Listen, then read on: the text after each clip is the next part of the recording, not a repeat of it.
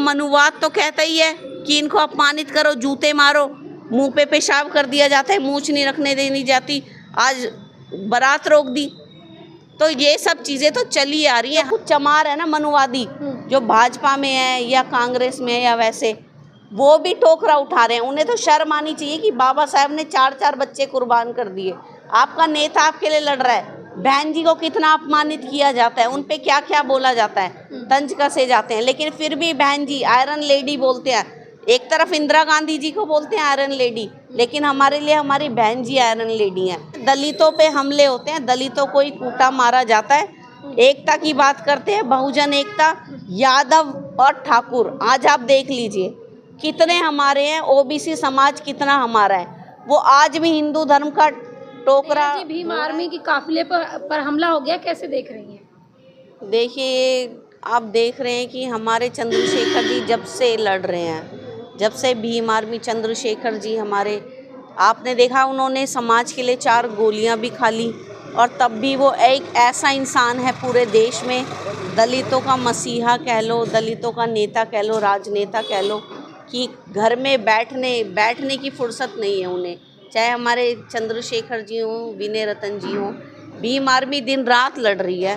और आपने देखा कि जहाँ भी जाते हैं, आप जब गए थे कल वहाँ पे मथुरा में, तो वहाँ पे यादवों ने 15 यादवों ने 2 दलित बेटियों की शादी रुकवा दी, और जो दूसरा एक केस था वहाँ पे ठाकुर समाज ने 2 दलित युवकों की मौत, गोली मार के हत्या कर दी थी। तो आप देख लीजिए कि क्या हमारे देश में चल रहा है। और हमारे नेताओं को जब सिक्योरिटी नहीं है, जब सम्मान नहीं है, तो दलितों को, हम जैसे पीड़ितों को क्या सम्मान मिलेगा। आज हम दिल्ली में हैं, हम पढ़े लिखे हैं, हम सब चीज़, मैं बोलती हूँ, मैं बार बार ये चीज़ क्यों बोलती हूँ, क्योंकि दलित दलित ही रहेगा। बाबा साहब ने भी कहा था कि अगर इस देश में कोई पढ़ा लिखा अच्छा दलित होगा ना, तो इस देश पर कभी गर्व नहीं करेगा। क्यों नहीं करेगा? क्योंकि इस देश में जाति व्यवस्था है, वर्ण व्यवस्था है, धर्म के नाम पर आपको बांट दिया जाता है, आपको अपमानित किया जाता है, और ये चीज़ें सदियों से चली आ रही हैं। और आज आज़ादी के 76 साल हो गए हैं, तब भी ये चीज़ें नहीं बदली हैं। तो आप देख लीजिए कि कितने सामाजिक, रविदास जी आए, बाबा साहेब आए, फूले जी आए, काशीराम जी आए, बहन जी ने काम किया, सावित्रीबाई फूले जी थी, रमाबाई जी थी, जितने भी थे हमारे, कितने, मतलब अब हम काम कर रहे हैं, और हमारे समाज जो है अभी भी पीड़ित है। तो ये देखिए, मूवमेंट कहते हैं ना कि मनुवादियों के लिए मूवमेंट ना बेकार है। वो कहते हैं कि हम फालतू में उछलते रहते हैं। तो ये जो उनके शब्द हैं ना, मैंने सब सुने, चंद्रशेखर जी को भी बोलते हैं, इतना मतलब उनके अंदर वो चुका है ना खौफ, वो बोलते हैं कि ये फालतू में बोल रहे हैं, कोई मतलब नहीं है, फालतू की राजनीति। अरे बाबा साहब ने, काशीराम जी ने कहा है, पॉलिटिकल की इज़ द मास्टर की which has all the solutions of your problems. हम राजनीति क्यों ना करें?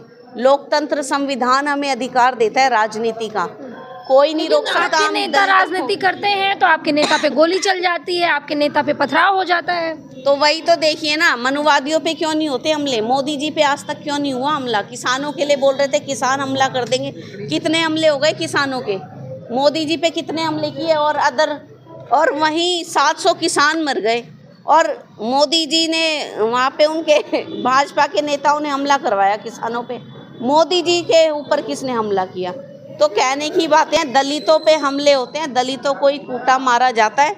एकता की बात करते हैं, बहुजन एकता, यादव और ठाकुर, आज आप देख लीजिए कितने हमारे हैं, ओबीसी समाज कितना हमारा है, वो आज भी हिंदू धर्म का टोकरा धो रहा है, बात कर रहा है देश की, और की राष्ट्रवाद की बात कर रहा है, और हिंदू धर्म का टोकरा वो ढो रहा है।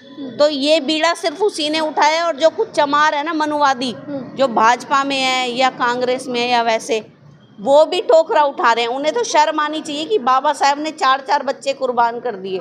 आपका नेता आपके लिए लड़ रहा है, बहन जी को कितना अपमानित किया जाता है, उन पे क्या क्या बोला जाता है, तंज कसे जाते हैं, लेकिन फिर भी बहन जी आयरन लेडी बोलते हैं।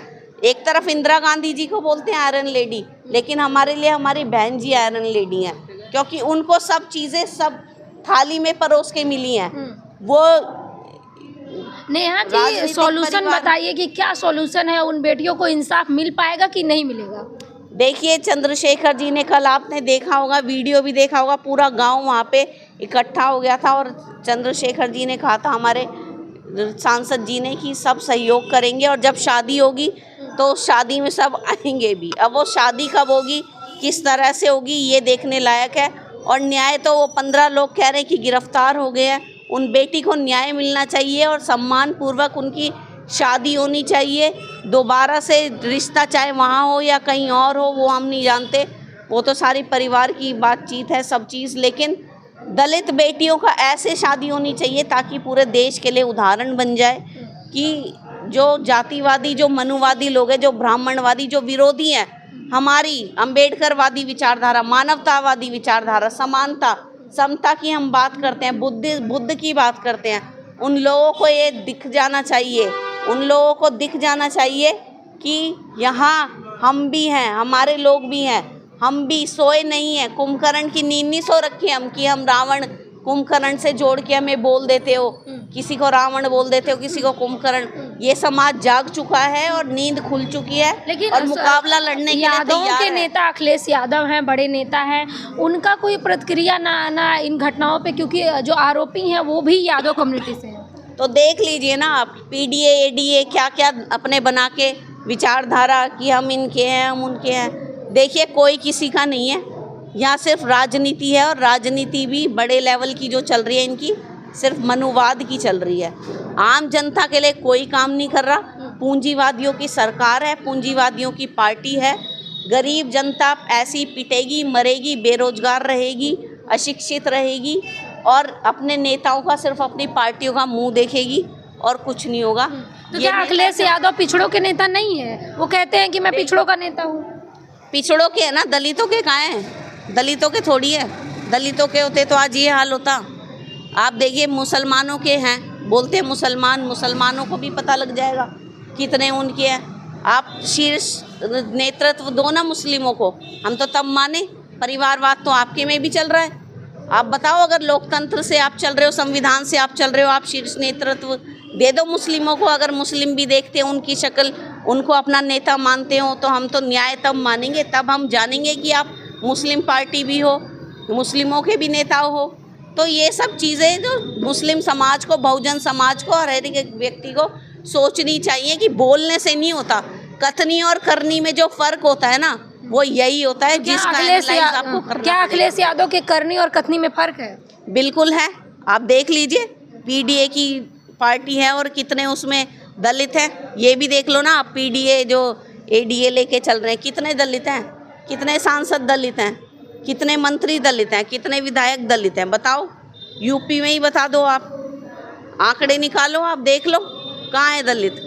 कोई दलित नहीं है। दलितों को तो पहली बात ये देखना ही नहीं पसंद करते। ऐसे ही बहन बेटियों की जो शादी होती है देखिए, यही तो सोचने वाली बात है ना। आप फॉरेन में देखो, आप बेटियां फॉरेन से भी पढ़ के आ रही हैं कि देश में काम करेंगी, और एक तरफ ऐसे दलित बेटियों के साथ अपमान हो रहा है, पिट रही हैं, तो क्या होगा? ये देश, हम भी उन्हीं में से है, पिटने वालों में से। हम कोई ये नहीं कि हमें भी सब कुछ थाली में मिला है, हम भी पिट के आज बोल रहे हैं। ये मुंह भी खुला है इसीलिए क्योंकि दलित ना हमेशा सिर्फ हाथ जोड़ के रहा है, सिर्फ इनके पैर पकड़े हैं, और जब पिटा है और बोला है तो इनको दर्द हुआ है। और फिर हम इन्हें देशद्रोही भी लगे हैं, हम इन्हें विरोधी भी लगे हैं, हम इन्हें धर्म के खिलाफ भी बोलने वाले लगे हैं। चाहे तो ये हमें शराब भी दे देंगे, चाहे ये हमें कुछ भी बोल देंगे, लेकिन हम तो बाबा साहेब को मानते थे, बाबा साहेब को जानते हैं, बाबा साहेब को पढ़ते हैं। पूजना, व्यक्ति पूजा हम करते नहीं, चाहे वो चंद्रशेखर जी हो, चाहे बाबा साहेब हो, चाहे बहन जी हो। और जैसे मोदी जी के भक्त हैं वैसे तो हम हैं नहीं, ठीक है। मोदी जी भगवान होंगे देश के और अपने भाजपाइयों के, लेकिन वो हमारे दलितों के भगवान नहीं है। दलितों के भगवान कौन है? बाबा साहेब हैं, और कौन है? दलितों के 33 करोड़ भगवान कब कहाँ चले जाते हैं? जब बलात्कार होता है, जब घर में पिटती है। जब दलितों के भगवान तब कहाँ थे? जब बेटियों की शादी में वो बारात रोकी जा रही थी, भगवान क्यों नहीं आए रोकने? वहाँ तो चंद्रशेखर जी गए ना, नेता ही गए ना, बाबा साहेब के लोग ही गए ना वहाँ। तो जब बाबा साहेब ने संविधान लिखा, समानता की बात करी, महिलाओं की बात करी, हिंदू कोड बिल लाए, तो मनुवाद तो कहता ही है कि इनको अपमानित करो, जूते मारो, मुंह पे पेशाब कर दिया जाता है, मूंछ नहीं रखने देनी जाती, आज बारात रोक दी। तो ये सब चीज़ें तो चली आ रही हैं। हम कहते हैं ना 200 साल हो गए, 75 साल देश को आज़ाद हो गए, कुछ आज़ादी नहीं है, अभी भी हम गुलाम के गुलाम हैं। और इस चीज़ को समझ लो, डीजे पे नाचने की आज़ादी या कांवड़ लाने की आज़ादी या बहन बेटियों को गाली देने की आज़ादी आपकी आज़ादी नहीं है मेरे दलित भाइयों। आप अपनी बहनों को ही लज्जित करते हो, अपमानित करते हो, और आपको लगता है कि आप समाज में उठ रहे हो, बैठ रहे हो और आप सोसाइटी बदल रहे हो। अपनों को ही लड़ना, आपस में नहीं लड़ना, अपने विरोधियों से, शत्रुओं से लड़ना है। अपने शत्रुओं को पहचानो मेरे भाइयों, मैं तो ये कह रही हूँ, अपने शत्रुओं को पहचानो। आप भी उस व्यवस्था में ढलकर सिर्फ दबे कुचले, और आपकी जो सोच है ना, मानसिकता, इसको साफ कीजिए। जो पुरुष हैं मेरे देश के, पुरुषवादी मानसिकता, पुरुष सरकार भी नहीं बन जाएगी यहाँ पे। आपको लगता है कि महिलाओं का भागीदारी हर चीज़ में, मंच हो, पार्टी हो, संगठन, हर चीज़ में, शिक्षा में होनी चाहिए। बाबा साहेब ने कहा था कि मैं उस समाज की विकास और उस चीज़ महिलाओं की भागीदारी से मानता हूँ।